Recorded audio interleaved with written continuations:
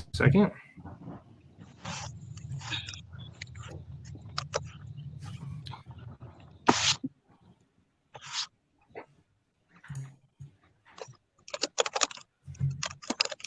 This is what happens. I'd skip a week. I'm off my game here on the presentation. There we go.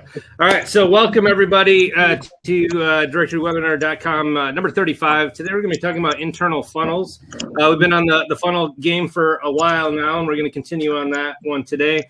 And so we'll open it up for a brief discussion here at the beginning and talk about whatever you guys want, help answer any questions, do any discussion topics, and then we'll dive into the internal funnels here in just a little bit. What I wanted to let you guys know of is we're going to be doing, in 2 weeks, we're going to be doing video funnels. And I know, Rich, you want to do videos this week, but we're going to have to wait a couple weeks because there's a couple stuff I want to get ready for that. So that'll be the next time. But today we're going to be talking about internal funnels inside of your actual directories, as opposed to kind of focusing on external traffic into a landing page and then kind of going through a funnel. We're going to kind of talk about navigation on your directory today and talk about those internal funnel flows of navigation inside of your site. They're just as important in making a sale and getting your clients to stay on your site for longer, interact more, that are just as important as those external funnels. So think about some ideas, get some examples. We can browse to any of your sites if you want as well for navigational stuff. If you want to tout anything that you're doing for internal navigation. So please think of some examples, questions, and throw those out as we get going today whenever you want. And again, just as a ground rule for the webinar, if you guys want to jump in at any time, this is not, I want to say, as formal as BD's webinars. Feel free to jump in and talk whenever you guys want, and we can have a conversation on that. So welcome, Jerry in the house. Bob, welcome. And I think I got everybody. Scott is in the house as well. So I actually missed the webinar yesterday. Like, it's the first one I ever did. I didn't realize I just missed it on the calendar. So was there anything good on the webinar yesterday? Hopefully not, because I missed it. But any good tidbits from there from anybody? Did they have one? I thought they did. Did they not have one? I think it was last week. Yeah, I think it was last. I don't think they have one yesterday. It was last weekend. Well, I didn't miss anything then. I just don't know how to read a calendar, apparently. Yeah, update your daylight savings time. I think that threw you off. Yeah. Is it? Yeah, that could be. It's on my. Oh wait, I'm just on the wrong week for my calendar. That's never good. So it's 2021, by the way. Just with you, I apologize. Any good April Fools today? Oh yeah.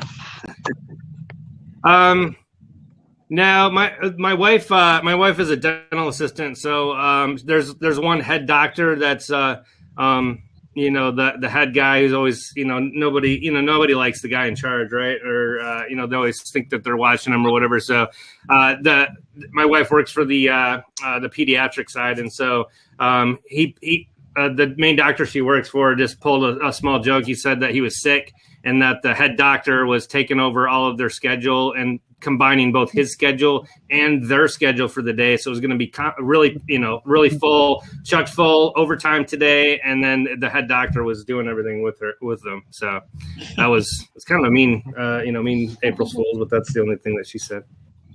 Anybody else get anything? Fools, but I got a dumb joke for everybody here. So I went to the muffler shop. I went to the muffler shop and ended up exhausted. Hey, I got one laugh. That's all. Oh, two. I'm laughing at you. Yes. I'm with you. That's it. I'm going to officially announce my launch of my comedian directory today on April Fool's Day. Yeah. Okay. Well, you got to do something with that extra directory you bought on the last sale. Yeah, I'll talk offline. I have a couple ideas on that about Ryan. I mean, maybe not now, but I do have a question as far as the topic for content. I'm looking to replicate on the homepage like a widget, but it really only appears like as the homepage widget. But when you lay out the homepage, you can kind of replicate things. But so I don't know. We can come back to that later. What's the question though? So actually, if you go to my homepage, I just put it up there as an example, so it's probably easier maybe to kind of see. Okay.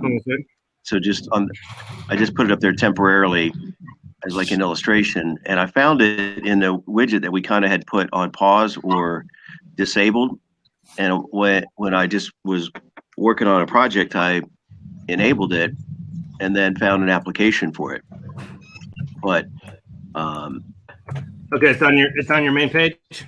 Yeah, it should be just on the homepage at near the top, or just below the fold, I should say. So it's just below the fold. It should be the first thing you'll see. This? Well, I mean below the fold. You scroll down just right there, yeah. So we had just, you created that just as a placeholder at one point. We're working on a project. Well, right there, those boxes, all those boxes. Oh, these? Yeah, you went too far. Just right there, all those boxes. Whoa. Okay. Oh, yeah, the sponsor thing that I put in there. Yeah. Yeah. So that was like a sponsor homepage thing, and it's listed as a widget. So I see, retooling that and making it a, click on each of these boxes, and each one will represent a different, podcast topic or subject matter, sports, society, whatever it is, or, but how do I, that's a widget that's tied to the homepage. So I can only place it on there once, but can I place it further down the fold, right? But then it's no longer their homepage. You're asking how do you put two sections of custom content on the homepage? Is that kind of the crux of your question? Yeah, exactly. Okay. Yeah. All right. Because let me go over that real quick. I know we've gone over this before. So here's Rich's question. And let me just show you guys where this is at in terms of the settings of where stuff is on the homepage, so everybody's in the kind of the same frame, depending on how used to the system you are. So if you guys go into your settings and design settings, there is in the section on the second tab is the homepage tab, and inside that, and they have rewickered where everything's at in here. So just as a heads up, and obviously this always continues, as they make changes and updates or whatever, sometimes things are in different spots. So just be aware of that if you're used to it looking a little bit different. I'm not sure why. A little delay here. So there we go. It may look a little bit different because they've kind of rewickered where everything is at. But in the design settings on the homepage tab, there's an option in here to change the segments that are on your actual homepage. So it's kind of broken down into the main search at the top. Then there's usually that hero divider that has those three buttons on it. And then it's usually the rest of the content. So it's down here in homepage. It's in the enable additional sections and the select content to display. And then down here is the sections that you're turning on. So normally in here, you would have that homepage hero divider, which is normally section 1 because it's the homepage or the search part is separate from that. Then it has the homepage hero divider, and then usually it's whatever random content after that. I'm going to go ahead and mute everybody real quick here. You guys can jump back on if you want to talk here. I'm not sure why I'm getting feedback here.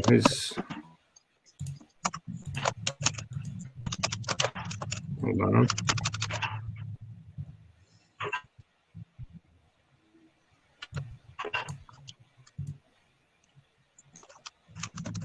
All right, if everybody could just mute themselves. I don't know why it's not muting in the background here. I apologize. All right, so whoever's typing right now, if you could mute yourself, please. Thank you. It's kind of weird. I don't know why it's not muting. I apologize. So anyway, I'll just continue on here. So on these sections, it does basically has the you turn on the streaming products, homepage divider, whatever you want in this order. The only problem is you can only select each one once. Well, actually, you can select it more than once, but it's going to put the same content on there twice. So, for example, if I pick streaming products and I pick streaming products again, I can do that, but it's literally going to put that same streaming product section on there twice. It's just going to repeat it. So the same problem exists for the custom homepage content. if I pick custom homepage content, and that's just right here, custom homepage content, and let's say it's in section 3, because I want something there, and then I want some standard streaming whatever's in between, and then I want some more custom content. So in theory, you'd want the custom homepage content here. As of right now, and I hope they change this, there's only one custom homepage content. And so you can't pick custom homepage content 1, custom homepage content 2, because there isn't a second one. There's only one. So when you do it twice like this, whatever is in that custom homepage content, it's going to show up here. It's going to do those streaming widgets, and it's going to show that exact same streaming content again, which obviously nobody would want. So the workaround to do that is this. What you have to basically do in order to have 2 separate custom content sections, what you need to do is go find the widget code for these streaming widgets that you have in between the custom homepage content, and you're going to add those widget shortcodes to your custom homepage content to basically mimic the fact that this is turned on. And so let me go show you how to do that. So let's just say I wanted the streaming digital products in here. Let's say I only had one. I had custom homepage content. I wanted streaming digital products and then some other content. I'm going to go find that streaming digital products widget code. And so you're going to go to tool page and widget manager. I'm just going to open it up in another window. And although it says streaming on there, the keyword to look for in here is recent, because that's what the widgets are all titled. And so you're gonna look up recent, and you're gonna find. Remember, we wanted the recent digital products, right? So I'm gonna scroll on here. I'm gonna find the recent digital products. There it is. You're gonna go down here and copy the shortcode, okay? And now I have it in the clipboard. What you're gonna want to do is browse to the My Content and Web Page Builder, because this is where the custom homepage content is established and maintained. And it's usually the one at the top. It says homepage, but even if it's not at the top, if you deleted it and re-added it, it's the one with home. So if you just want to type in home on here, that'll filter it out. There is your homepage. And we're going to go ahead and edit that page. So now I have some custom content on my page, as you can see here. I have my custom testimonial widget.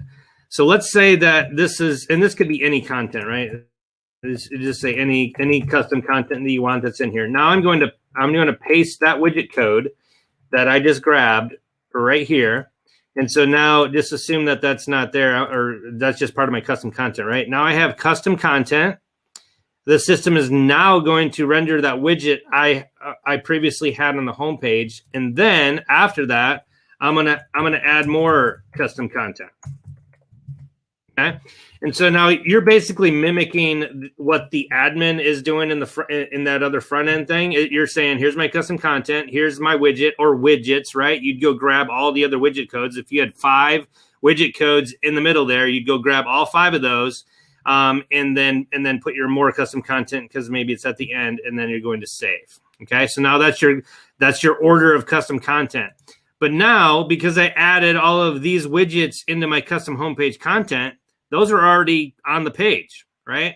And so now I want to go turn all of these off to none, none, and none, because now, for all intents and purposes, this is all blank, and then I'm just basically rendering what would normally be done here in the order I want on the custom homepage content.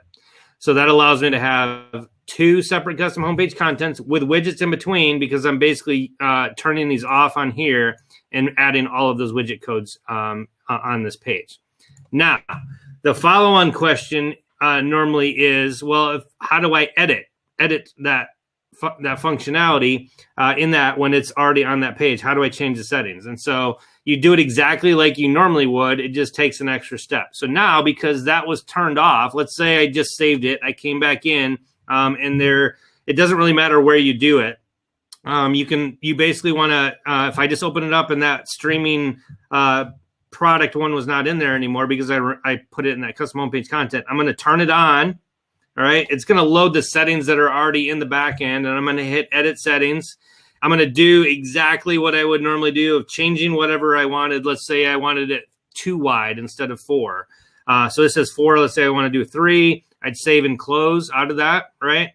When I'm done now, save again. I just save the changes as well. That's going to briefly go onto the page and save. Now that I've saved it, I'm going to go back and turn it off because again, it's in here already for rendering, and then I'm going to resave it.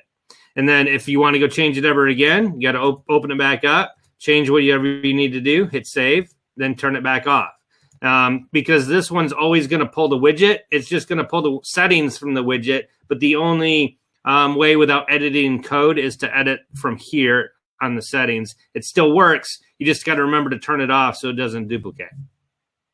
So does that answer your question, Rich? Or is there any follow-on questions on that from anybody on how you would do that? No, I think I got the gist of it. That is a great hack at the moment until they, offer multiple home pages. So yeah, it's pretty straightforward. So basically what I'm just doing is creating a home page, and that I can put in all the widgets I want, whatever order that I want them.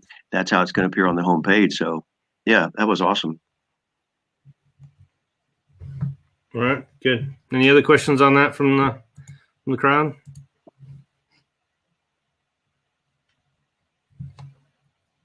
All right. Any other questions on the or reactions to the webinar that didn't happen yesterday that I thought I missed, but I didn't? Yeah. Any questions? Yeah, go ahead. Yeah, real quick. So on that widget where you have, like on my home page, I just put up there temporarily with those, 12 boxes or so. When I went to that widget, it was just all code. So,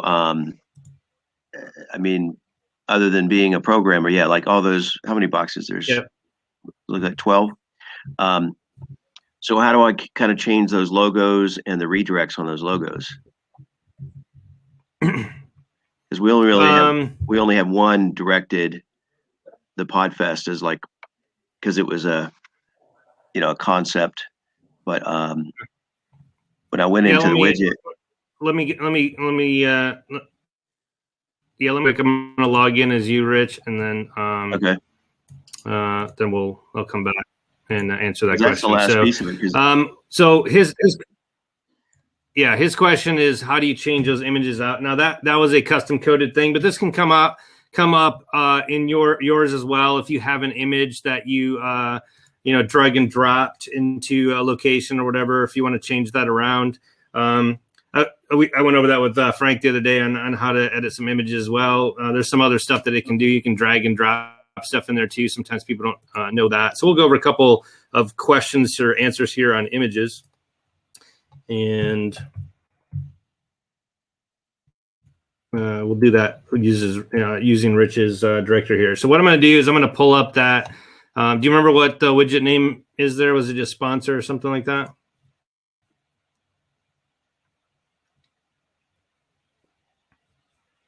Rich, otherwise I'll just find it. I turned it on mute, but I think it was sponsor homepage. Okay, sponsor homepage, got it. Like on the second end up on the second page is. Yeah.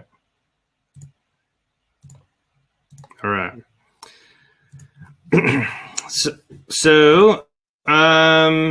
So here we are in the widget manager. Now, one thing that if you guys, like Rich said, a lot of times the widgets are done by developer customizations, or if you know HTML, because again, another thing that I wish that they'll add, and again, maybe they will eventually, is there's no what you see is what you get editor on these widgets. So this is the one he's questioning. We'll go ahead and edit that one, but I just want to kind of show you the real issue that he's having here.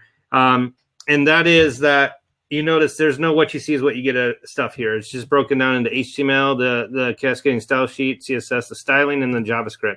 So if you want to edit this one, you kind of have to know the HTML code in order to edit this properly, or you can screw it up, fairly easily if you don't know what you're doing. And so there's no what you see is what you get editor here. I'm going to go ahead and answer his question, and I'm going to kind of show you guys, some tricks on how you can do this a little bit easier. And Rich, you may want to avail yourself of that this workaround as well. It's not really a workaround; it's just kind of how to execute stuff if you don't know what this is. So let me just go over the image piece real quick. Anytime you see the word div, just think of a wrapper, like a container, right? It's like it's starting out over here. On the left-hand side, there's some stuff, and then it closes the container. So that just means that's a section, right, of a particular code. And href, that's a link, right? So anytime you see that, anything between the quotes, that is basically, this is a relative URL.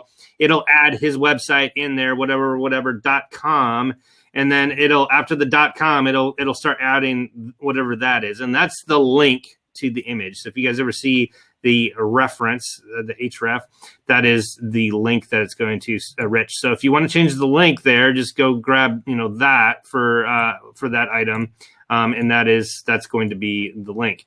And then the image source is what that is. Again, same thing. It's going to be the whatever.com / that is going to be the actual image.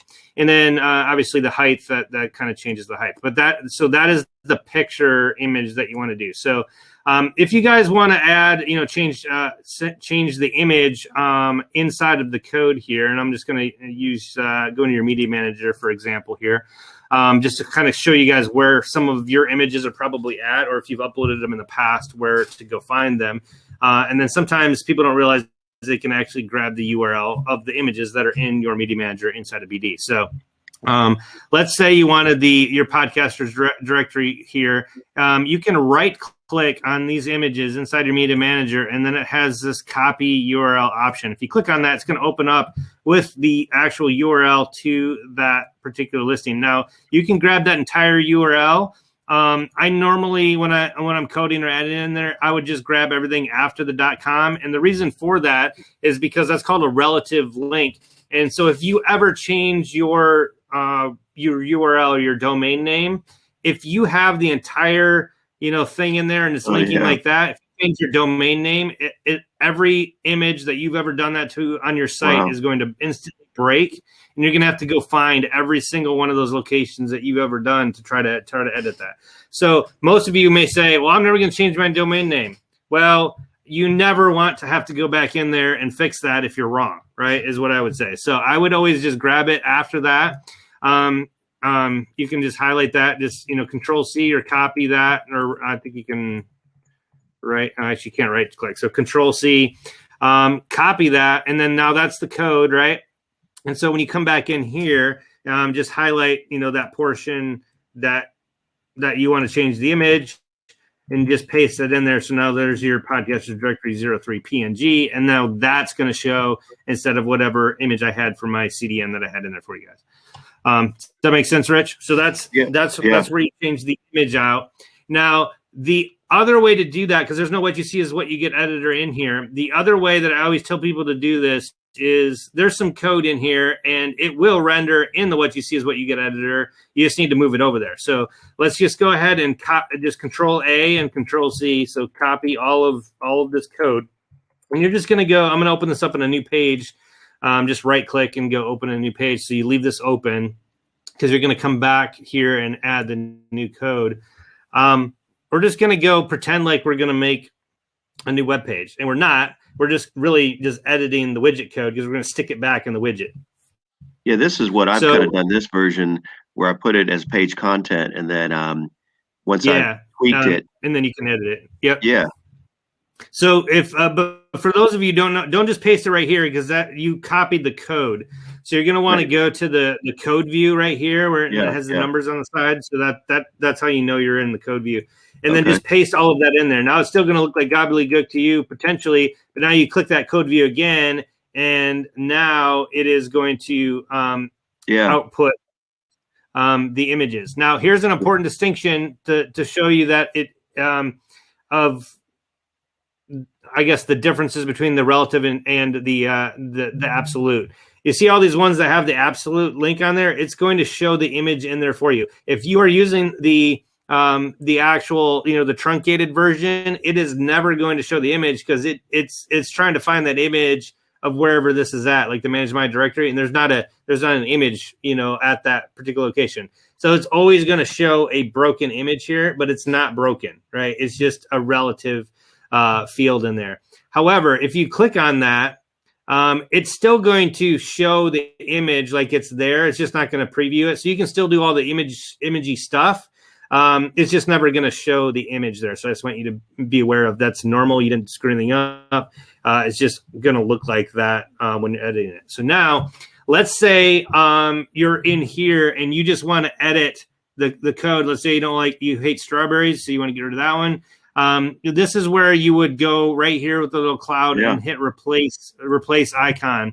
And you have 3 options on here. You can drag an image into here to upload a new one. You can add the link by URL. So if I highlighted that, I could put that URL in here. So for example, let's go back and grab step 2, for example. I'm going to copy that URL and I'm going to come back here. If I stick that link in there and I hit replace, it's going to replace it with step 2 there. Okay. Like magic.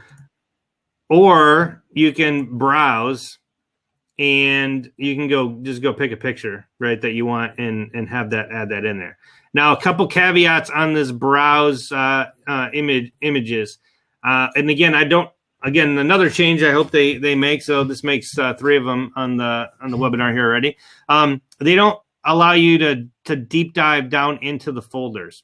So keep that in mind when you guys are uploading images into your media manager. It's great to use folders for segmentation.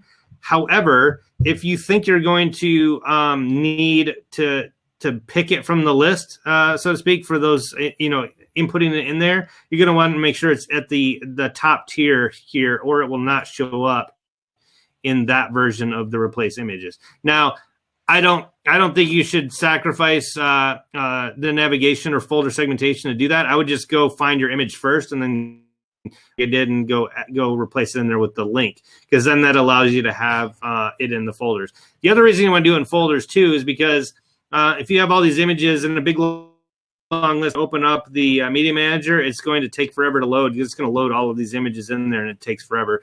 Sometimes if you have a ton of them, they've actually helped it out where they only load a certain number of images of all. So Rich, you have 500 images in here, which is fine, but they just realize you're going to have to scroll through all those images to find it. It may be harder to find it, easier to find ahead of time if you have it in folders.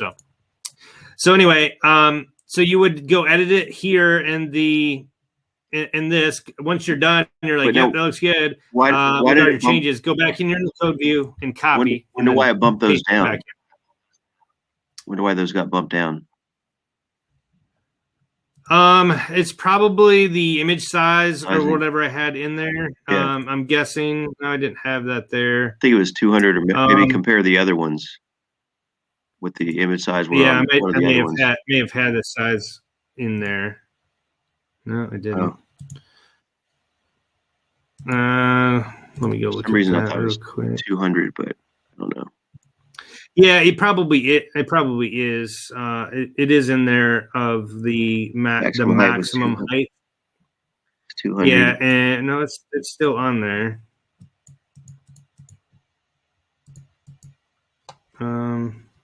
Sometimes it looks like that, and it actually looks fine on the thing. I'd have to go look at the code a little bit more to see why I did that, but it should be fine because it's in the. I mean, you can save all this. What happens is sometimes it does look a little bit bigger, but this is one thing about these tables. If it's too tall, it stacks it or goes down to the next section or whatever. You'll get that on the same reason on their search results if you do the grid thing, which it'll bump it down to the next one or something if it's off on the. Yeah, because you can save this and I'll tweak it later. But if you want to go ahead and save it since you're there. Oh, you just want to save it as well, yeah. Okay, and what I would normally do on this one is what do we call? What was that widget called? I would just save the page the same name as the widget is what I normally do, because then you know that they kind of align. So you're going to take this code from this page, but maybe, and then you're going to copy it into the other the other. Well, I thought you just wanted to leave it here to edit later. Well, that's fine, but to show everybody else the next step of take that code. Oh yeah, I kind of mentioned it, but yeah, you're gonna go back to the code view again, copy that entire thing. Let me save this real quick. And then you're going to go back into the widget and just, again, this is already highlighted, but just you're basically going to replace, or like paste it back in there with whatever you edited, right? And then resave. And I'm not going to save it because. Yeah, go ahead and save it because it'll show on my website on the home page as like the final step. Okay. For everybody to see. I might have. I didn't want to do that if it was going to screw up the. Yeah, go ahead because it's not an. I got to spend some time to tweak it or whatever later. So, but just so everybody can see the final. Product on the home page. Once you refresh it, they'll see the difference. Especially if we screwed it up, right? Right, yeah. So that's what it was. That'll be changed, and the strawberries will be changed. Right. So it did. It actually did do that. So, yeah, that 2 is just a little bit bigger. It looks like it dropped down just a hair. Yeah. So what I think what I had in the code, I had these were all. I think I had a max height in there, Rich. So I think what's happening is that these were below the max height, so they just are the size they are. I think what we want to do is change it to a min height for all of those, because then they'll all be the same. Does that make sense? Yeah. So it just kind of comes down to the coding. I really didn't have to do that. So you would just change all of the max heights to min heights, and I'm just going to do this first one as an example to show you. You notice that was that one was smaller because it was a stubbier image. So now that is going to be bigger after I'm done. It'll probably be the same size as that one as well. And you don't have to replace the code. I think, but I did that for the image vice the div. But so I'll take a look at that, do it for you offline there. But yeah, I'm saying about you got to be careful when you're coding your own stuff. You got to be able to fix what you break. Okay. Yeah, I can. But tweak it later. But see, here's what this was on the image as opposed to the div too. And so here's part of not really an issue, but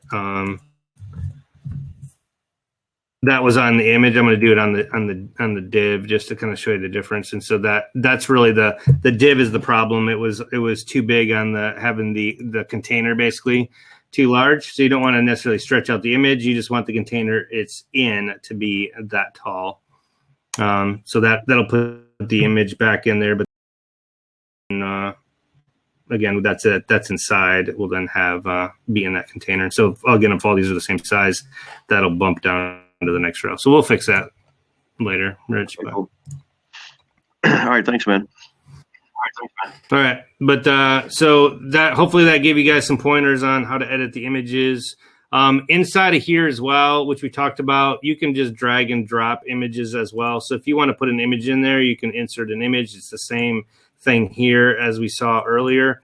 And then if you wanted to add an image in there, for example, let's say we wanted to do this one, you could drag and drop images in here. Let me show you what that looks like. So you just drag and drop an image, it uploads it, loads the image, and now it's in your directory. You could save it. So if you want to put that in there, you can drag and drop it.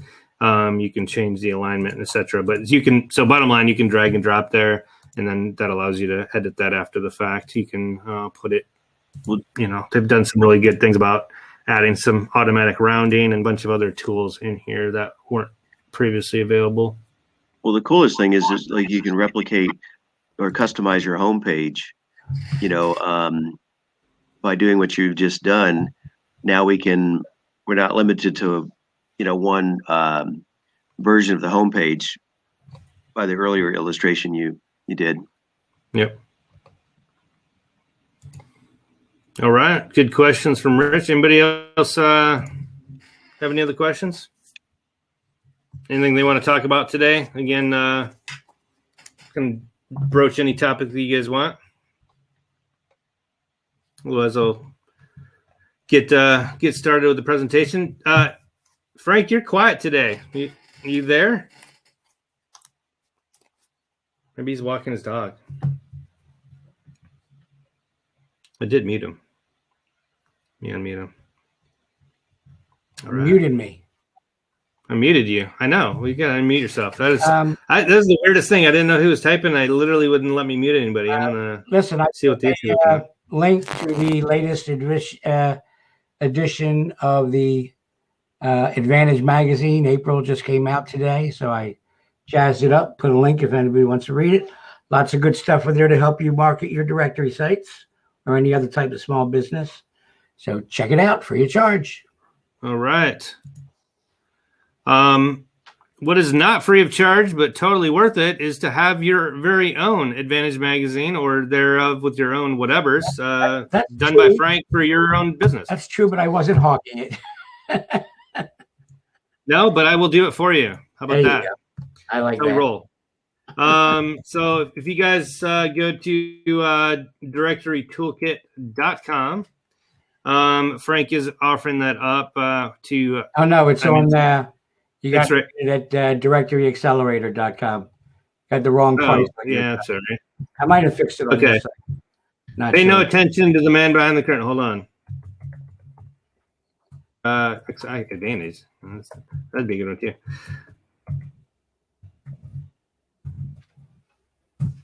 All right. Well, then I'll fix the pricing, whatever that is, later.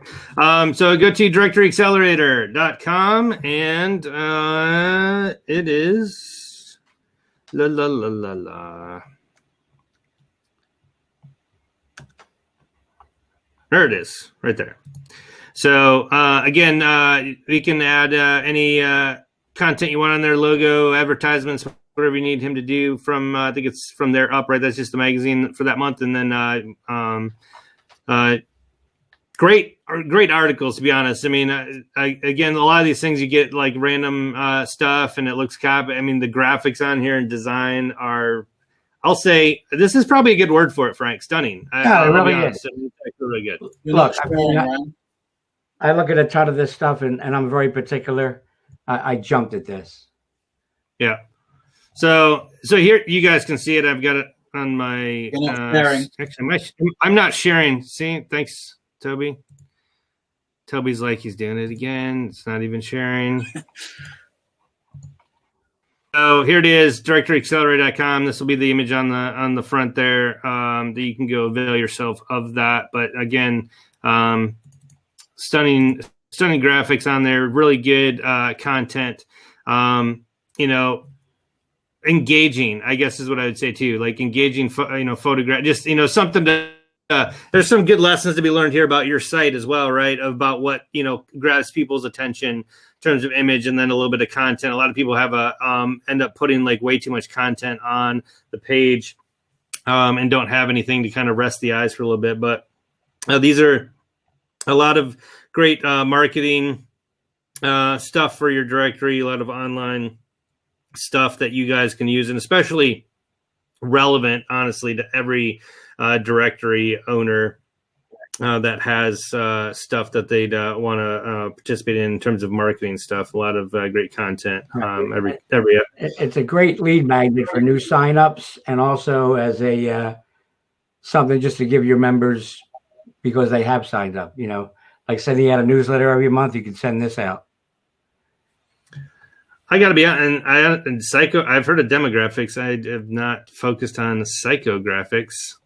But yeah, a lot of great content in here. So please go click that. That is in the chat if you guys want to look at that. All right. Well, let me go ahead and let me get into the topic du jour today. Let me go to the first slide. There we go. Sorry about that. So let me. There we go. Do you guys see the slides? Good. Yep. All right. So again, welcome to Director Webinar number 35. Today we're going to be talking about the internal funnels. I kind of briefly mentioned it before. We've been on the topic of funnels before. Just again, a real quick rehash for the one person in the room who doesn't know what a funnel is, perhaps.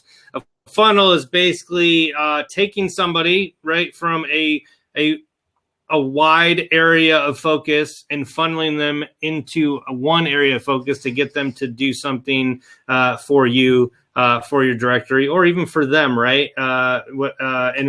To whatever the outcome is, but you want them to take an action to get something for themselves, to sign up, to buy something, to whatever that is.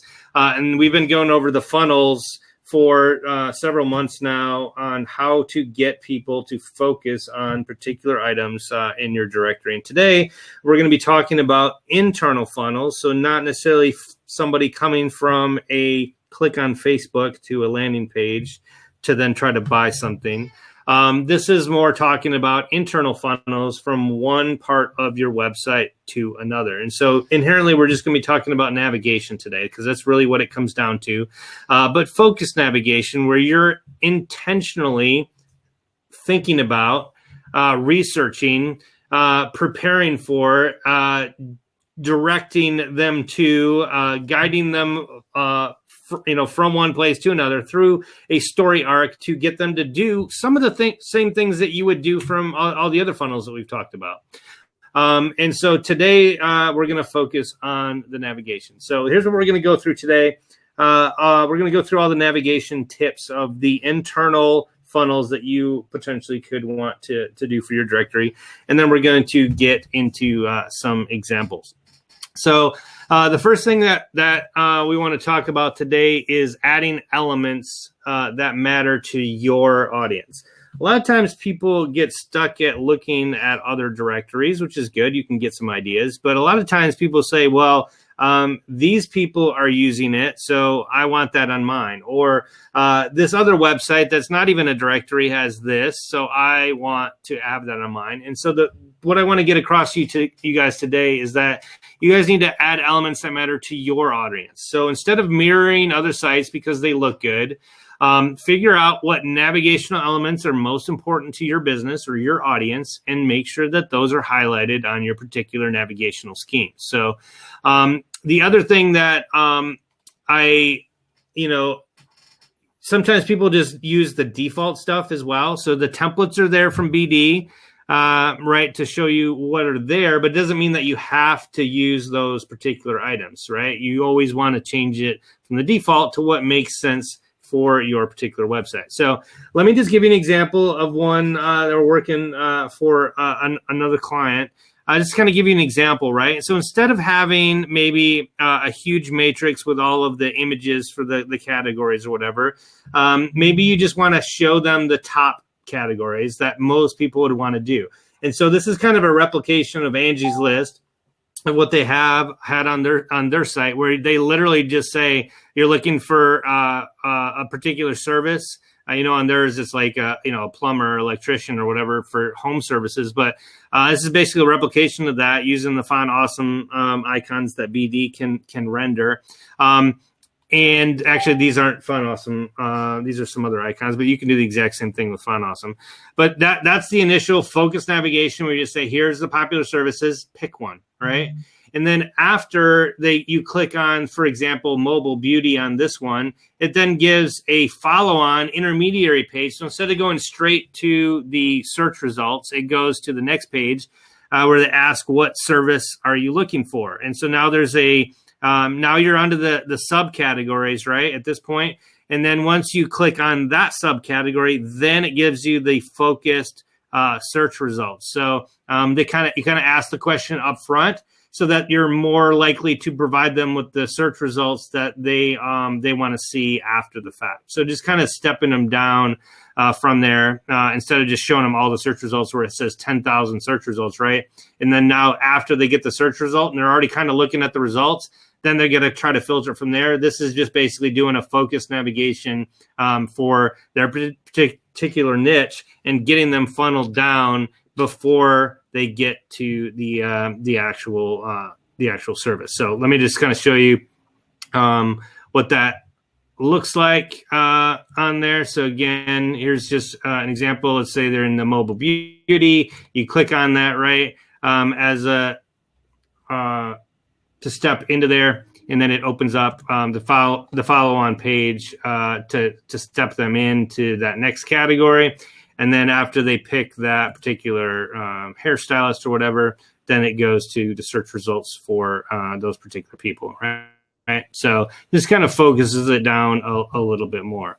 Here's another example that we worked recently, and that is instead of maybe having all of the categories, maybe you just have a focused page for a topic set that you want to focus on for your directory. So let's say weddings is a big category for your niche or your directory. Maybe you have tons of other categories, but you have a focused page for weddings. And so here's an example of a page that just has, again, just a focused, it's not a streaming widget, it's a custom thing, but it's showing you all those subcategories for that one particular item.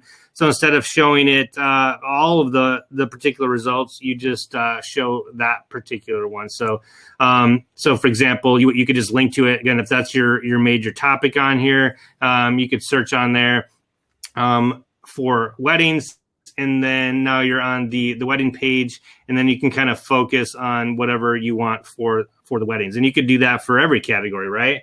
But it all comes down to helping the person find navigation. And it may be, you can have other content on the page as well that provides additional information. But also the other thing it does for these things, when it's more entertaining or there's better user engagement on there, they're more likely to stay there longer. It takes them, you give them a couple extra steps to kind of narrow stuff down, they're going to sit there and try to think about what category they want and then click it, or look at all the pictures. Maybe they just have a longer dwell time. They're more satisfied with their website potentially as well. And then they finally get down to that area that makes sense to them for their particular search. So provide elements that matter to your site, and provide that navigational scheme, right, that gets them more engaged for your website. Second thing you can do is link to elements that are complete and showcase your site. So although it may sound simple, you don't know how many times people on their directories have links on their main elements that are not complete, right? And so if they're not complete, either remove them or hide them. And we'll go into that a little bit later on how to do that. So you don't have to, totally redo it later. You can just hide it. But if you're highlighting it on your main menu, you want to make sure that it's your best work, right? If it's one of those things on the main menu, odds are they're probably going to click it. And if it's bad material, if it's an incomplete website, for example, like Rich's site that has a bunch of malformed random sponsorship stuff on your main page that makes no sense. I'm just joking, Rich. Like it's that stuff, it's going to detract from your website, right? And people may click away. So bottom line is, if you're going to have those elements on there, make sure they're complete. And if they are complete, make sure that they're your best stuff, or the things that you want to highlight, or the things that are, most full. Like, so even if you add on a new feature or whatever, maybe you don't want to even put that on your main menu until it's a little bit more robust, and then you feature it later. So just think about that, because if it's on the main menu, people are going to go there, and you want to make sure that when they're clicking around to those main things, that it's complete and that's good content. The next thing is you want to help them navigate to where you want them to go. And so that's what Jason, I know, always says on the BD webinars too, because his navigation is a favorite topic set of his as well. But anything to do with a funnel, right? And your website really is just a huge, big funnel. You want to point them where they would want to go. So put yourself in their shoes as a user. When you go to your website, like, what makes sense? What draws your attention, your eyes? Where would you feel like you should click? And then as the designer of the website, where do you want them to click? And how can you funnel them into taking that particular action? So a lot of times we talk about the call to action, like adding a button or making it super simple of the only thing that they can do here is go in one direction. It's the same thing that, dogs do when they're herding sheep and stuff like that. They're running around on the left-hand side, right? Because where do they want them to go? They want them to go to the right. And the sheep goes, dog to the left, open fence door to the right. I'm going to go to the right and go through the fence door, right? So that's basically what you're trying to do with your website. So here we go. Here's an old school example. Anybody remember this one? So we got the old Mario warp zone here, right? You drop down into the cave, right? Where can you get back out the top? You can't, right? You're here. Now you have the choice of tunnel 2, 3, or 4, right? And then it's going to warp you to wherever that tunnel goes. This is exactly what you're trying to do with your website. And those buttons, those call to actions, those things that you want them to do should be very obvious on the website, so they have no other choice than to go down that funnel. So just think about it like in terms of this that you can do. So here's some examples that can help you out with that. So I just have some examples of some menus here, and you can add a navigational highlight. A lot of people have the main menu all the same color, so every button looks equally, important to click. And then you have the option of adding a style in here. So you guys can screen capture this if you want, or write this code down. Actually, I can add this later into the chat if you want. But this is the CSS, the styling that you would want to add, and then it has a hex code there of the actual color, which you can look up online. Just find the color that you want. But where you want to do this is add that into the menu item in the outer list inline attribute.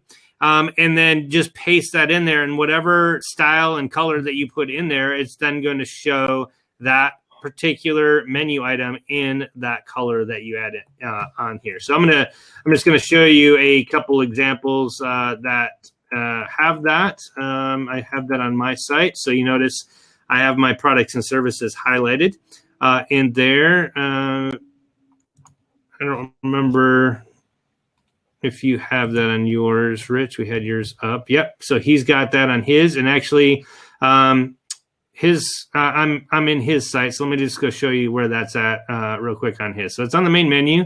His free membership is the one that is highlighted. So you want to go into the toolbox and menu manager, and there are going to be a bunch of menus in here, but the one that you're going to want is main menu. Just go ahead and click edit on that. And then in the back end there, it's going to pull up, it's going to be obviously vertical here, but it's actually horizontal when it gets on to your website. But free membership, that is the one that is colored. And what you're going to want to do is click the settings, because that makes the drop down on there. And so actually this leads to a new option there. You can either add a style to the outer list inline here. You notice it says style right here. So that kind of gives you the format. Or he's using the optional way to do that. There's some Bootstrap color coding in the background here. And so this may be an easier way to do if you just want to use one of your colors that you have. You don't want to kind of name the color. All you have to do is put background dash warning, or info or success, or whatever other color that you want. And so if you guys don't know where those are at, let me just show you that as well. I'm going to open this up in a new tab here, settings and design settings.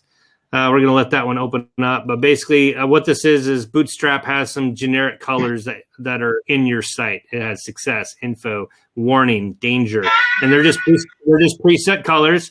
And so if you change this from background warning to background danger, Ryan, for example. Right. Yeah. Feel free to change the color for illustration or whatever. Yeah. Okay. Let me just go look at your colors real quick, and then we'll change that for illustrative purposes.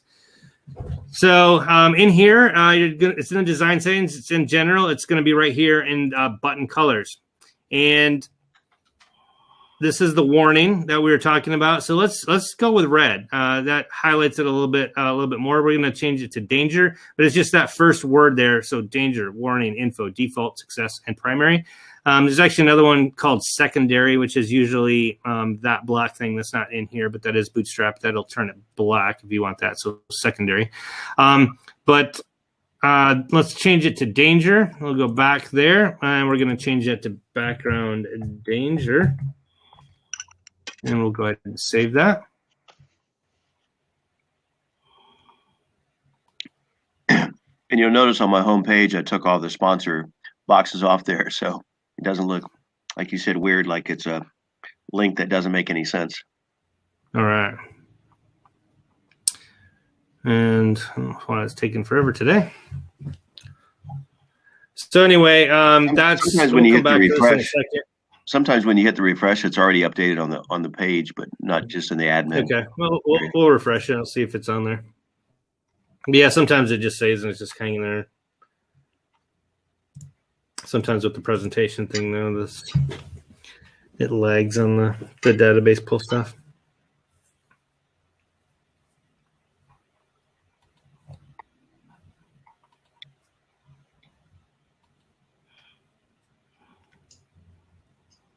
Okay, but we'll go back there. We'll check it. We'll check that out in a second. But bottom line is that's one way to do it with the style if you want to call it out, or you can do BG dash whatever that thing is in the background to kind of show that. And so you can kind of see that it, depending on what color you use, it stands out like mine. This one, maybe more subtle, but still highlights it. And but you can kind of do whatever you want, and it can be your color scheme. It can not be your color scheme, right? And it really stands out when it doesn't even match your color scheme. So there we go. It's updated on my end now.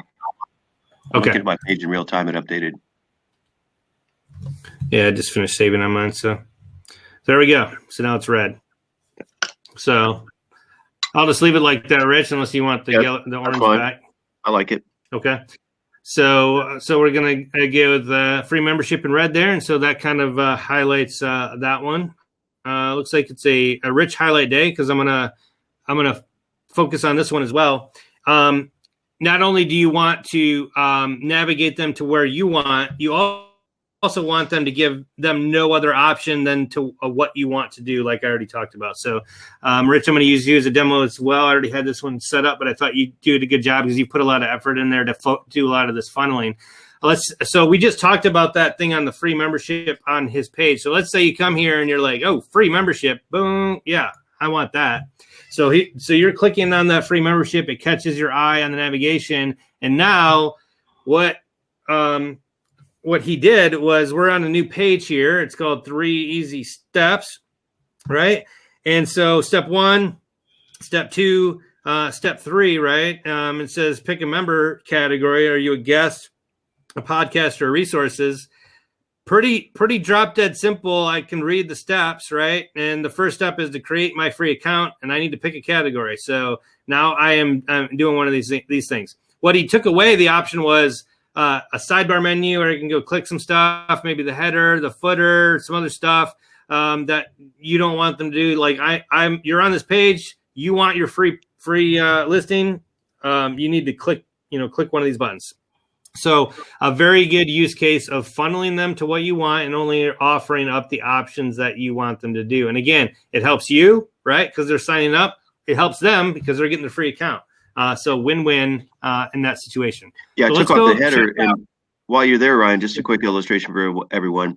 I've got to change these, but on guests and the resource, like the guest, it goes right to the pricing table. But on the podcaster, you go to the guest first. But on the guest one, it goes to the pricing tables. See the difference on the guest first, maybe?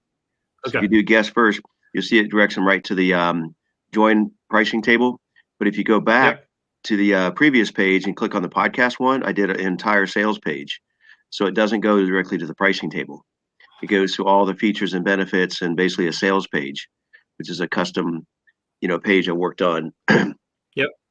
Right. Great. Yeah, and we've got a bunch of examples of this, but and actually we're going to talk about that a little bit later too with another site. Similar features on this, but this is kind of that story arc, right? You want to take them where you want to go, because now maybe they need a little bit more fidelity, right? Because this one is more expensive plan, right? Perhaps, or you want to tell them about some other stuff before they sign up. So again, you guys are in control. I equate it to walking the dog, right? Your clients should be on a leash, a digital leash, I guess, kind of when they join your website to some extent, right? If you don't want them to go over there, you got the leash, you're going to be like, no, we're going down the street the other direction, right? You want to try to guide them and pull, not forcefully, right? Hopefully the dog comes with you, but you want to point your people in the right direction. So let me just show everybody how to do this. And I'm just going to do it based off from your page. This is actually working out great now that we're already logged in. So let's go to 3 Easy Steps here. We're going to go to his web page builder, 3 Easy Steps, and I'll show you what he did in order to make it look like that, in case you're wondering how did he do that. We're going to show you. So again, it has the keyword filter here pretty good. So I'm just going to type in free. What was it called? 3. Oh, easy. Easy. There we go. 3 Easy Steps. I'm going to go ahead and edit that. And so this works with any web page that you have on here in the BD directories. They've added a bunch of options in here called page options on this other tab. And what he's done is he's simply hid the header, right? You can hide the footer. You could hide the header and the footer. You could hide the banner ads on that particular page only. You can go full width. You can hide just the menu. You can hide just the top header menu and still show the actual header. So a lot of different options here, but that's you can just simply gracefully turn stuff on or off depending on what you want to focus on for that particular page. And then also, because this is a custom page, he's turned the sidebar off. You see, so there's no extra stuff over here. He could turn on the member search results sidebar, but he's got it as no sidebar, right? Because you don't want any other distractions on there. And that's it. Turn off the header, no sidebar, custom content with all the links that he wants, and it's saved. So any questions on that from anybody? But pretty simple. But you see that now that's a focused navigational piece where you're in control of that navigation and can start to provide that walking path for your particular clients of your directory. I just noticed something, Ryan, and maybe other people can go back to that page. Is like on the page itself on the website, I say step 1 is create your free account, but then really I'm looking at some language there. Maybe people can help me with, or you can suggest, but it says step 1, create your free account. But then they really got the first step is really pick a category. So I think instead of pick a category, it should be free account or something. Because really the first step is they have to pick one of those 3 categories, especially if you look at it on the page itself. You're saying change this from pick category to mirror that, create your free account? Yeah, I think the language has to be the same, right? Yeah. So maybe the first step is pick your category.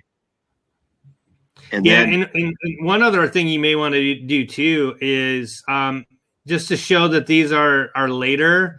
You could do a thing like where it's kind of subdued or something. Yeah, or that'd be like cool. That's later. Like we're gonna get to that later. It's not really a thing. Yeah, I don't know. Or you could idea. tone down the graphic as well. How do you do that? I mean, you'd have to make a new image and change problem. the color. But I like the muting. That's why I put that one in red. But I don't know if anybody has any thoughts from the group there. But I think that create your free account and pick a category. There needs to be some continuity there, because really the first step is, let's do that and save that. I think that's more. As we say in the South, I think that's more better. Mo better. Mo better. More gooder. And gooder, the other thing gooder. that you can do too is you can now do icons too. So maybe you just want to do maybe you just want to throw some down arrows there. Oh, I like that. Or maybe that one's better. Not. Or do you like the other one? No, the other the arrow. Yeah, the second choice. Which arrow. one? This one? Okay. Yeah. And so you can make that big, make it colorful. It's funny, until you kind of look at it from a third perspective, it never dawned on me it's kind of that in a fishbowl effect, because their first step is really to pick one of those things. But I have it labeled as free account. Everybody likes the free account, which is the red tab that you customize. So now if we refresh it, I mean, yeah.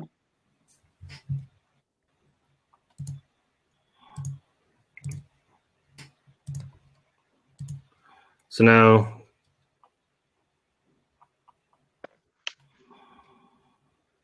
yeah, I think that's a lot better. Yeah. So again, this is small things. Just always think about, from the perspective of a client, like would it make sense to me on what to do or whatever. Well, that's probably why I picked up on it, because you mentioned that earlier. You got to think about your website, visitor or member. How are they thinking in terms of what I'm asking them to do? And this may be distractive at this point. Maybe you just want to have you could even do, because this is linked. Where does that go to a different page or what? I think it goes back to the same page, whatever. Yeah. Okay. Well, I mean, you may just want to put the stuff below the fold down the page and like just have like step one, click here to create your free account. So they're like, oh, I'm in step one. I'm going to click the button, and then it just comes down here. It just scrolls down to the page, and they're like, okay, Yeah. I'm going to be a guest. Right. Okay. So again, you don't want to create too many action steps or whatever. Just something to think about if that's distract. But again, if that's in reference to here and they're distracted by the first thing they need to do anyway, then that's probably fine. So plus the other big thing you got to think about on all this stuff is how it manipulates on a mobile device, because they're not going to see the get free account. They're going to see step one, then it's going to go to 2 and then 3, and then at the bottom after 3 on a mobile layout, then they're going to see create a free account. Okay. Well, let's. That's the other challenge. Do you care if these are on mobile then, or do you want to get rid of those other steps on mobile and just say step one? Yeah, I'd rather have them just focus on step one, but I wanted them to show that there's 3 steps. But yeah, I don't want the step 2 or 3 to appear on mobile. But how would you do that? Okay. Hold on a sec. Let me just. I'm gonna throw this in the. I'm gonna throw this in the chat here. For what you guys need to do, and what it's going to be called. You just have to hide that particular div on mobile. So I'm gonna throw this in the chat. And all right. Chris, thanks for joining. I know you say you have to go. And again, if anybody's, sometimes I'm not reading the comments here. So if there's anything that need to be aware of, feel free to answer anybody else or shout out that there's something there for me to look at. So there's the code. I'm going to go do it live in your site here. So so that was on that. I think I already had that page up. Where is it at? Here. Okay, so we're right here. What you want to do is not show this content on mobile. So we're going to go into the code view. Oh, wow. So you can just.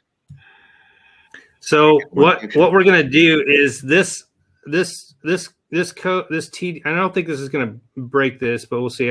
Because you're using a table. Here, the create member profile. Which one is this? This is the create your member profile.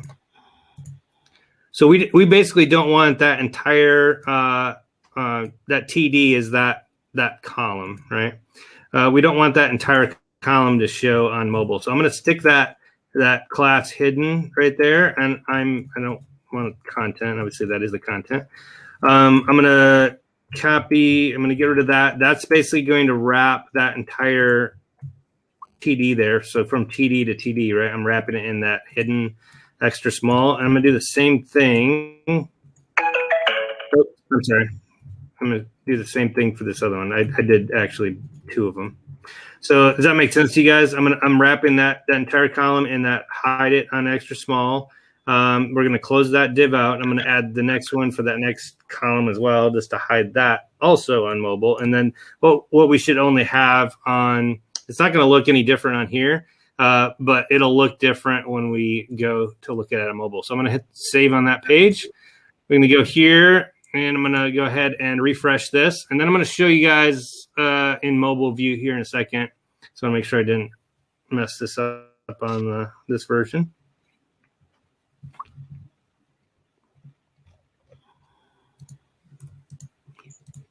Try to refresh it here. Yeah, I'm on my mobile. So here we are. So we are on that. I'm going to go ahead and inspect this. I'm just going to change this to mobile view, and what you guys will see what will happen on the mobile. So now, I did not do that. Okay. Yeah, that's what I was worried about because you're using tables.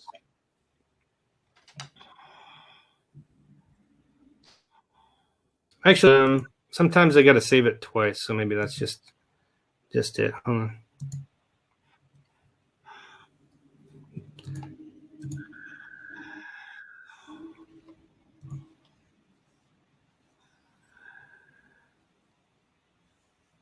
Well, sometimes you have to save it twice to kick it to the database or refresh the cache. So. Okay. So bottom line, that's the right code, guys. If you're using just the normal div structure, if you're using tables, it looks like that is not doing that on the table, like inside of a table. So I apologize on that, but that'll delete. Let me just show you another.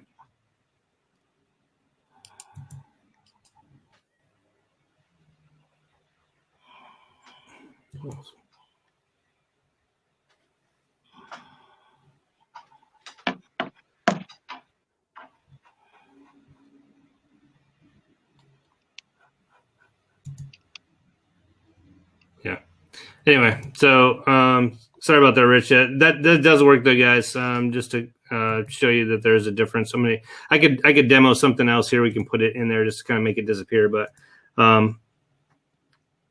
bottom line is that's only going to work for having the divs in here. Let me try to find something in there. See what it did when I saved the code? It just split it out. That's what happened. So let me just do this one just to kind of show you guys how it's supposed to work. Let's say I have this at the top. It's just going to say hello world, right? We'll save it here, and I'm going to show it to you on the desktop. Again, this is outside of the table, so by itself. So this should work fine.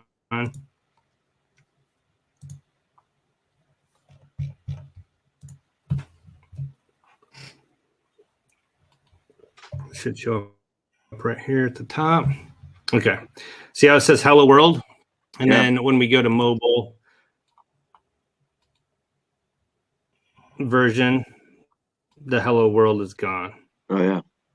Okay. And then we go back to desktop, and that's back.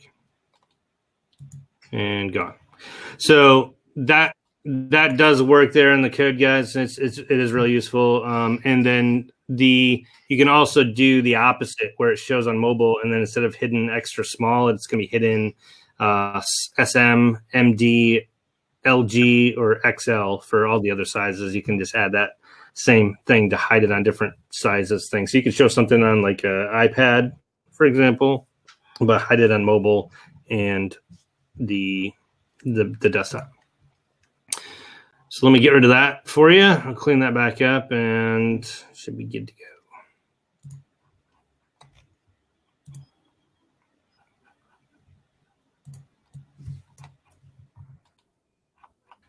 The bottom line is, Rich, we could still do that, but we'll just have to change all that code from the tables to the Bootstrap. Okay. Yeah, no worries.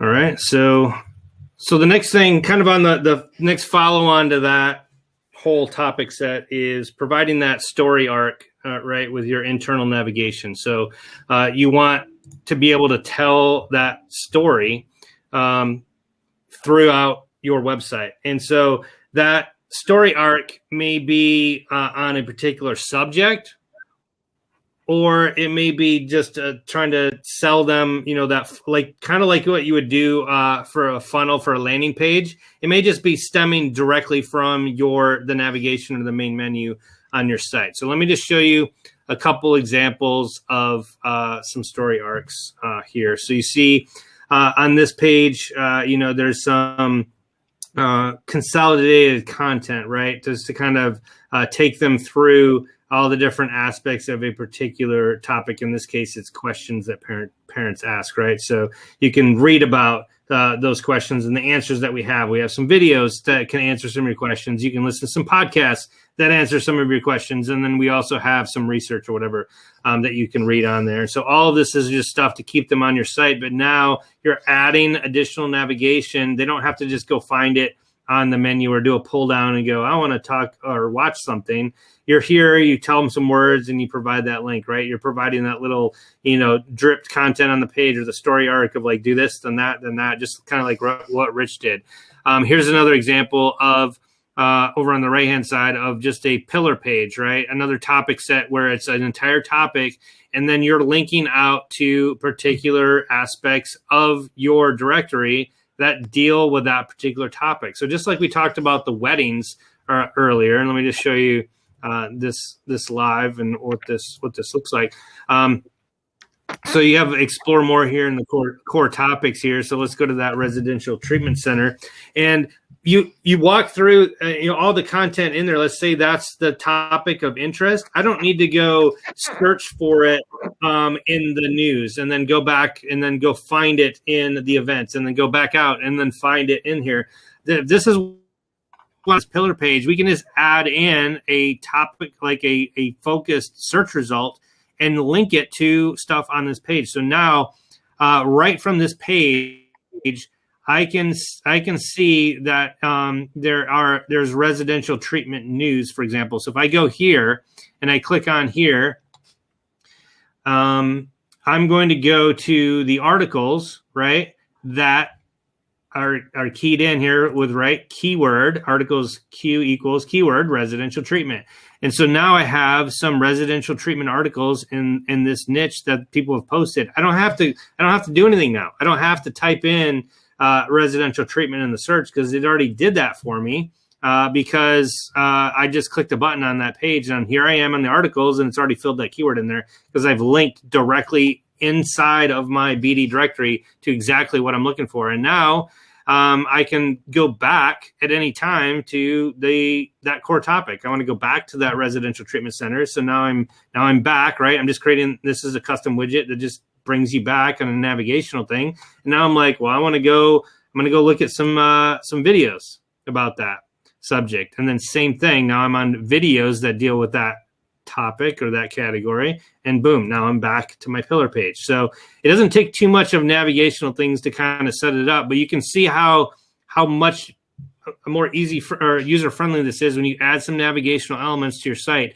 add some content, think about what that person's going to want to do or that user experience that they're going to want to have on the website, and you provide those portals, those doors, that internal navigation, the internal funnel, right, on your site to get them where they want to do.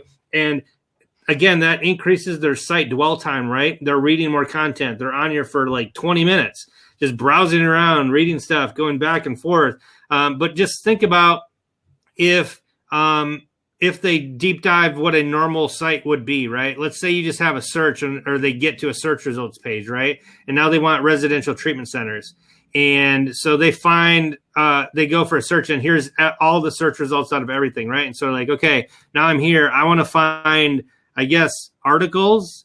Wait, that was a listing search. So where are the articles? Oh, here's articles. Let me go search for articles. And then it's all of the articles, right? And so now you're like, okay, here's a bunch of articles. Like this isn't where, how do I get to, and again, this isn't here. Oh, article search. And then just think about that. Now, well, once I'm in here, let's say I'm in an article I want. Now these aren't here. I don't have any way to get back there. Now you're like, okay, do you have other stuff? I guess they have videos. Where are the video? Oh, here it is. Explore now videos. Now, so my point here is that it can get really fragmented really fast. You seemingly know where that's at in your head because you designed it, but sometimes you'd be surprised if you guys go browse around directories, how many dead ends you get to. Like you get to a page and you're like, there's not even a search bar up in the header here. I don't even know how to find anything. Like I'm clicking around all the menus, like where's the search? How do I find something? And so a lot of times it's just simply browsing around to your site and just finding the dead ends. Or like, if I'm a user here, where would I find X or Y or Z? And you can find all the dead ends in your site. Or just what's really funny is to have somebody else that you know that's going to give you honest feedback go look at your site and say, and they stumble upon stuff and they're like, well, where do I go search? And you're like, what do you mean? I can't find it's right here it's right there. And you're like, I would have never found that. But in your head, you're like, that's obvious. You're going to go here, here, and then here, but they didn't find it. And they're going to leave your website. So just think about that stuff. Setting up the internal navigation. What can you do to kind of funnel people back and forth to tell that story arc for your particular business, or add that in pillar pages are just an example. And we've gone into that before as well. So here's another example of a story arc here of setting up navigation internal to your site to bring them through a story arc. So this one, as an example, brings them initially on this list your business. It has this as the first topic where it's focused benefits, right? It's starting that story arc where they say, why should you sign up with us? And it has 4 big hitting things like why you should want to join us. 1, 2, 3, 4. It kind of does an image for those people that like pictures, just want to read that real quick. And then it kind of has a little paragraph of each of those 4 things, but it's not like 25 features or benefits. It's 4. These are the big things. And then this page leads directly to the join page, right? You got this. You're like, yep, this looks like me. I think I fit in here. I want to go check out the pricing. Boom, straight to the join page. But at the bottom of this page, it asks, still not convinced? Click here to see all of to read about all of our benefits if you list with us. And so not only does it have a join page, but underneath that link to the join page, it then gets linked to the more benefits page. And this is Rich, kind of a duplicate of or a similar one to that you had. Is that now it goes to the more benefits. And then they get to read about all, no more pictures, more paragraphs about all the features. There's like 25 on this page, and like boom, boom, boom, wow, and that, wow, you have that, and it does that when even, whoa, and that, and so they get through the whole page, and then both at the top and the bottom it says join today, right? So now that you've done the small part, the focus part, or more, the expanded one, now you're going to the join page, but you're telling a story as you go through there. Maybe. Sometimes you see some of these with like the about us, right? Where it's like, here's about us. Click here to see, see where we came from. And it kind of a brief description, and it says, come read about our mission, right? Boom, over to the mission. Then they're reading about the mission, and then they're like, here's how you can help. Do you want to help out? And you're like, yeah, I want to help out the mission. Then they go to the page on how they can help. And then maybe after that, they're like, how you can help. Well, you can also help us by joining the membership and like not be an active participant in the community. And then maybe the join page is after that. So, but again, it kind of goes through that story arc. You got to kind of set the stage for the initial salvo isn't, necessarily join us now. And then it goes to the join page with a pricing table, right? Sometimes it makes more sense to roll through that story arc navigational piece. Hopefully that makes sense to everybody. So it's going to be different for each niche, right? And it's going to be a different story. Maybe you have a couple different story arcs. Maybe there's a couple different internal navigational things. Maybe they cross paths, throughout here.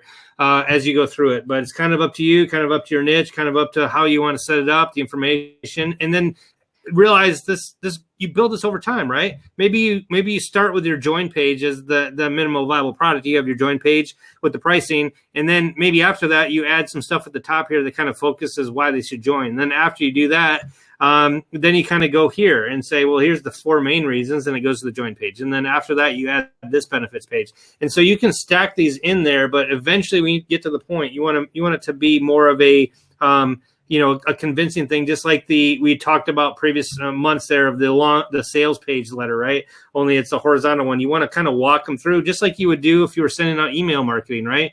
You send out like, hey, thanks for joining. Just want to kind of go over the 4 things that you can do with our directory right away.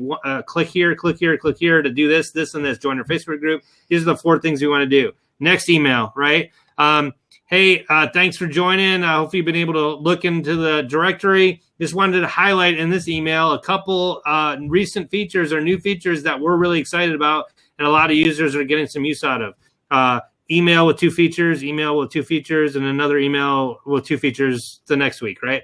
And then maybe they haven't joined yet. Maybe that's kind of an intro. And then again, that final email says, now that we've showed you some features, hopefully you're seeing what this can do for you. We're now running a sale, right, for the next 2 days. You can join at 30% off. Go ahead and use this coupon. Go ahead and click here to join. So kind of the same thing that we just talked about in the email thread a couple weeks ago. Same thing. You can do the exact same thing on your actual website. Next segment there is customize the navigation to your audience. So this is fairly recent in the BD setup there. You can actually now do a regular menu and a logged in menu. And so you can see that you can, I have the examples here of on my website, not logged in and logged in. And you can see that when they're logged in on mine, I'm going to demo this one in a second, but there's a file drop on here for members. If they're logged in, it opens up a file drop menu on the menu. And then if they're not logged in, it does not appear. So let me show you how to do that. And again, Rich, I'm just going to use yours. since I'm logged in as you. If you notice, go to the toolbox and menu manager here on your directory. We went over this earlier and we actually edited that main menu, right? There's going to be a main menu. And then Rich, I don't think you have this turned on, do you? You don't have a separate menu? Let's see it. I think I've turned it on and off. I'm not sure where I left it. Yeah. I don't see main menu. So here's the key for this. Yeah, you only have one. And I'll just do this as a demo here so you have it available for you. It needs to have the term main menu in there, but what you can do is go ahead and clone your main menu. I didn't know you could do that. Yeah. Oh, the main menu. I thought you meant the home page, but yeah. No. So you can clone the main menu. It's going to make it down here, main menu clone. Let's go ahead and edit this one. It's just going to give it a random title.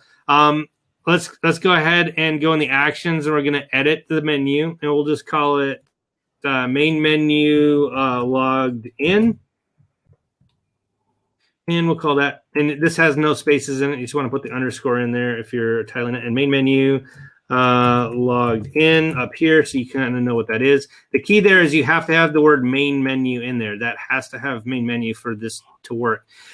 So let's say free membership. They don't need that anymore, right? Once they're logged in, they're already a member, right? So I'm going to delete that. Just double check main menu logged in. So we're going to delete that. And we're going to go yes, delete. And so there we are. We're not logged in, and it says free membership. So now I'm going to go. So we just did that menu. It is now available for us to use. So main menu logged in. What you want to do is go to your settings and design settings.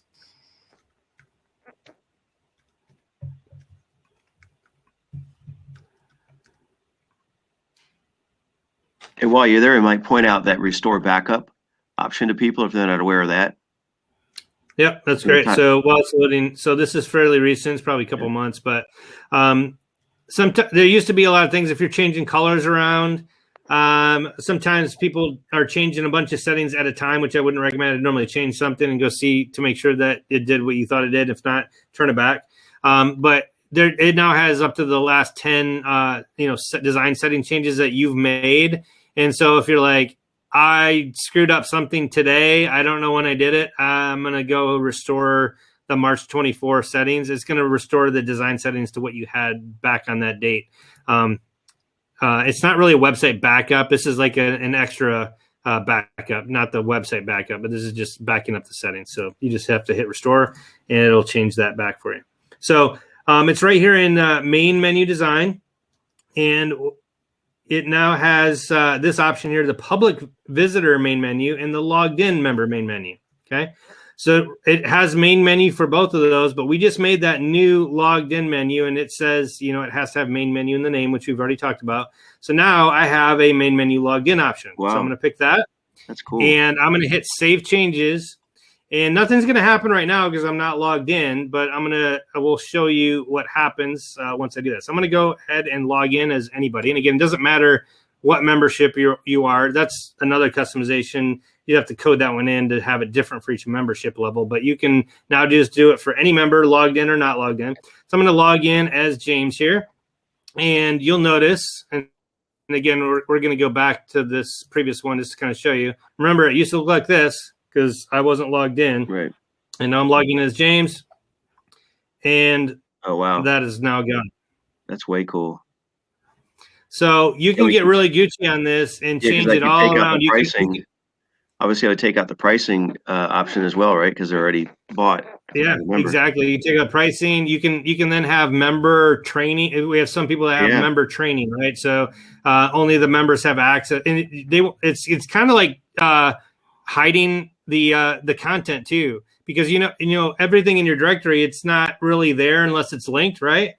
So now you can link to content and not really even have to worry about protections anymore. If they're logged in and they can get to the menu, they can get to it. But the other people just don't really even know it's there, right? Because they don't see the menu to get to it.